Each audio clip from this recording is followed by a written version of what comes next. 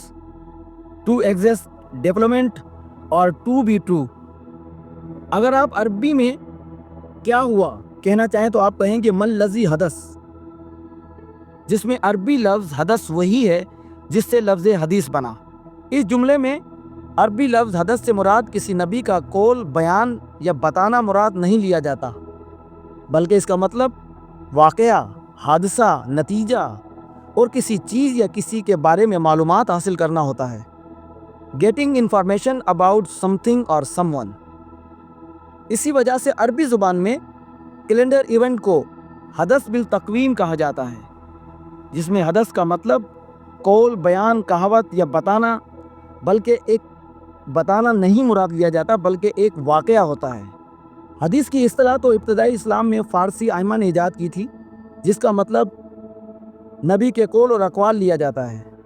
جسے نبی کا تحریری کام نہیں کہا جاتا بلکہ پیغمبر کے اقوال کہا جاتا ہے، اور وہ بھی 250-300 سال 4 نسلوں کے بعد کلیکٹرز جمع کرنے والوں کا کام ہے، جو نبی نے از خود اپنے ہاتھوں سے نہیں کیا۔ نبی کے کئی سالوں بعد راویان حدیث نے ایک دوسرے سے سن کر لیا۔ بہرحال عربی زبان میں لفظ حدث سے ماخوذ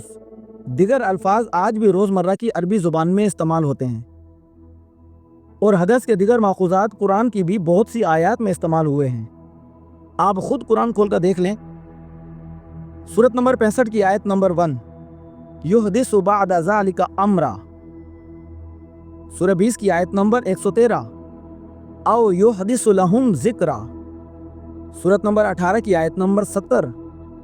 حتی احدث لک منہ ذکرا، سورت نمبر 99 کی آیت نمبر 4،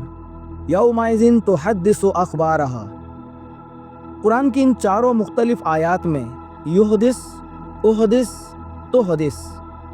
ایک ہی عربی لفظ حدث کے فعل ہیں، اسی سے لفظ حدیث بھی بنا ہے۔ ان چاروں آیات میں حدث سے بننے والے ان الفاظ کا مذہبی پیشوائیت کے ساتھ ساتھ قرآن دانوں نے بھی کہیں بھی اپنے تراجم اور مفہوم میں بات، بیان، کہنا، کہاوت، کلام کے معنی میں ترجمہ نہیں کیا، کیونکہ وہ جانتے تھے کہ قرآنی لفظ حدیث پر گھڑا ہوا ان کا جھوٹ پکڑا جائے گا۔ چونکہ اہل روایت کے ساتھ ساتھ اہل قرآن نے بھی حدیث کے فارسی معنی یاد کر رکھے ہیں، اس لیے اہل روایت قرآن کے عربی لفظ حدیث کے حقیقی معنی کو سمجھنے کے بجائے خود ساختہ اور بے بنیاد مسئلے پر بحث مباحثے کے ساتھ لڑتے رہتے ہیں، جبکہ دونوں ہی حدیث کے فارسی معنی پر کاربند ہیں۔ یہی وجہ ہے کہ جب اہل قرآن روایت پرستوں سے بحث کے دوران قرآن کی آیت فَبِأَيِّ حَدِيثٍ بَعْدَهُ يُؤْمِنُونَ پڑھ کر کہتے ہیں کہ قرآن ہی حدیث ہے یا قرآن کی آیات ہی بہترین حدیث ہیں، تو اہل روایت ان کی اس بات کو سمجھنے کی زحمت بھی گوارا نہیں کرتے، اس لیے کہ روایتی حدیث پرست جانتے ہیں کہ یہ خود کو اہل قرآن کہنے والے حدیث کی مخالفت میں محض جھوٹ بول رہے ہیں۔ حیرت کی بات ہے کہ اہل قرآن کس منہ سے سورہ اعراف کی آیت 185 فَبِأَيِّ حَدِيثٍ بَعْدَهُ يُؤْمِنُونَ کو پڑھ کر اہل روایت کے سامنے پیش کرتے ہیں، جبکہ دونوں ہی حدیث کے فارسی معنی پر کاربند ہیں۔ ہمارے قرآن دان سورہ اعراف کی آیت 185 فَبِأَيِّ حَدِيثٍ بَعْدَهُ يُؤْمِنُونَ کا غلط ترجمہ کرتے ہیں کہ پھر اس کے بعد وہ کس قول، کس بیان، کس بات پر ایمان لائیں گے، جو سراسر غلط ہے۔ عربی لفظ حدیث کا فارسی زبان میں ترجمہ کریں گے تو کون سنے گا آپ کی؟ پھر چاہے جتنا مرضی ماتھا پیٹی کر لیں۔ جب بنیاد ہی غلط ہے تو اس پر اٹھنے والی عمارت کیسے درست ہوگی؟ جبکہ قرآن دان تصریف آیات کے غلط طریقے سے قرآن سمجھنے سمجھانے کے بجائے قرآن کے بتائے ہوئے طریقے ورتل القرآن ترتیلا، جو لفظ جہاں ہیں وہیں اپنے سیاق و سباق اپنے کالموں میں آئے ہوئے الفاظ کی بنیاد پر قرآن کو نہیں سمجھیں گے تو کبھی قرآن کے درست ترجمے تک نہیں پہنچ سکتے۔ یہ کون سا طریقہ ہے کہ قرآن کا ایک لفظ پکڑ کر اس کو اپنے سیاق و سباق اور اپنے کالم سے دور دوسرے کسی سیاق و سباق، دوسرے کسی کالموں میں، دوسرے کسی بیان، دوسرے کسی موقع محل پر اس لفظ کے معنی تلاش کیے جائیں؟ حالانکہ ہمارے قرآن دان خود بھی اپنے اس تصریف آیات کے غلط طریقے سے قرآن کے علاوہ دنیا کی کسی کتاب کو سمجھنے سمجھانے کی کوشش نہیں کرتے، مگر قرآن کو سمجھنے کے لیے طریقہ اپناتے ہیں۔ آپ سورہ اعراف کی آیت 185 کے سیاق و سباق پر غور کریں تو آپ کو خود پتہ چل جائے گا کہ فَبِأَيِّ حَدِيثٍ بَعْدَهُ يُؤْمِنُونَ میں لفظ حدیث کسی قول، بیان یا بات کے معنی میں نہیں آ رہا۔ آپ آیت 185 سے چند آیات اوپر دیکھیں، سورہ اعراف کی آیت 181 سے دیکھیں کہ وَمِمَّنْ خَلَقْنَا کے الفاظ سے ایک واقعہ یا تخلیق کا ذکر کیا گیا۔ اس کے بعد 182 وَالَّذِينَ كَذَّبُوا بِآيَاتِنَا میں ان لوگوں کے انجام کو بیان کرتی ہے جو نشانیاں، سنگس یا آیات کو جھٹلاتے ہیں۔ پھر آیت 183 وَأُمْلِي لَهُمْ إِنَّ كَيْدِي مَتِينٌ میں اللہ مہلت دینے، اپنی سخت گرفت کی تنبیہ کا ذکر کرتے ہیں۔ پھر آیت 184 اولم یتفکروا میں حیرت کا اظہار ہے کہ وہ اپنے آپ کو بہتر بنانے کے لیے کیوں غور نہیں کرتے۔ اس کے بعد آ جاتی ہے سورہ اعراف کی آیت 185 اولم ینظروا فی ملکوت السماوات والارض وما خلق اللہ من شیء، لوگوں کے اس پر غور نہ کرنے پر سوال اٹھایا جا رہا ہے کہ وہ زمین اور آسمان کی بادشاہت، ملکیت اور اللہ کی تخلیق کردہ چیزوں پر غور کیوں نہیں کرتے۔ اب اسی آیت کے اختتامی الفاظ آ جاتے ہیں کہ فَبِأَيِّ حَدِيثٍ بَعْدَهُ يُؤْمِنُونَ، کہ اس جملے میں کہاں یہ معنی بنتے ہیں کہ پھر اس قرآن کے بعد وہ کس قول یا کس بات پر ایمان لائیں گے، جیسا کہ اہل روایت کے ساتھ ساتھ قرآن دانوں کا دعویٰ ہے۔ یہ آیت کا غلط ترجمہ ہے، بلکہ حقیقت میں فَبِأَيِّ حَدِيثٍ بَعْدَهُ يُؤْمِنُونَ کے الفاظ میں incident, happening and event in واقعات، حالات اور نتائج کے تسلسل میں آ رہے ہیں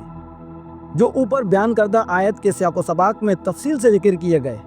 در حقیقت سورہ اعراف کی آیت 185 کے جملے فَبِأَيِّ حَدِيثٍ بَعْدَهُ يُؤْمِنُونَ کا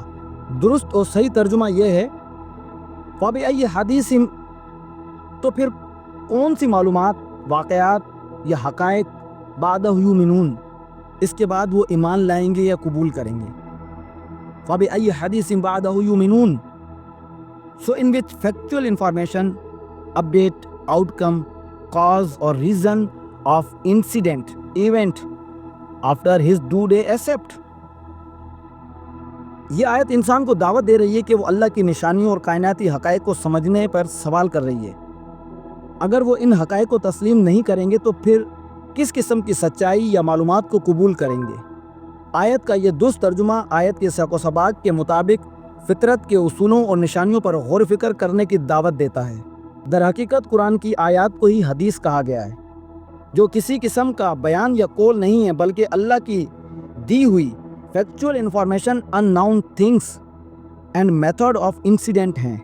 لہذا کسی بیان، کسی قول کو تبدیل کیا جا سکتا ہے، لیکن ایک حقیقت، فیکٹ، ایک آفاقی سچائی، یونیورسل ٹروتھ، ایک حقیقی علم، فیکچول نالج، ایک سچی معلومات، فیکچول انفارمیشن، اور کسی واقعہ یا حادثے کا حقیقی نتیجہ، ٹرو آؤٹ کم تبدیل نہیں ہو سکتا، اور نہ ہی ان نتائج کو بدلا جا سکتا ہے، کیونکہ یہ قدرت، نیچر، فطرت یا اللہ کے بنائے ہوئے قوانین کے تحت وقوع پذیر ہوتے ہیں۔ لہذا اگر قرآن اور باقی الہامی وحی محض بیانات یا قول ہوتے تو لوگ ان میں ترمیم یا تبدیلی کر سکتے تھے، لیکن یہ تو فطرت کے وہ حقائق، آفاقی سچائیاں، حقیقی معلومات اور واقعات کے حقیقی نتائج ہیں، انہیں نہ بدلا جا سکتا ہے، نہ ہی ختم کیا جا سکتا ہے۔ یہ قرآن اور دیگر الہامی کتابوں کی صداقت ہے کہ انبیاء ہی کے بازیافت شدہ کام کو حدیث کہا جاتا ہے۔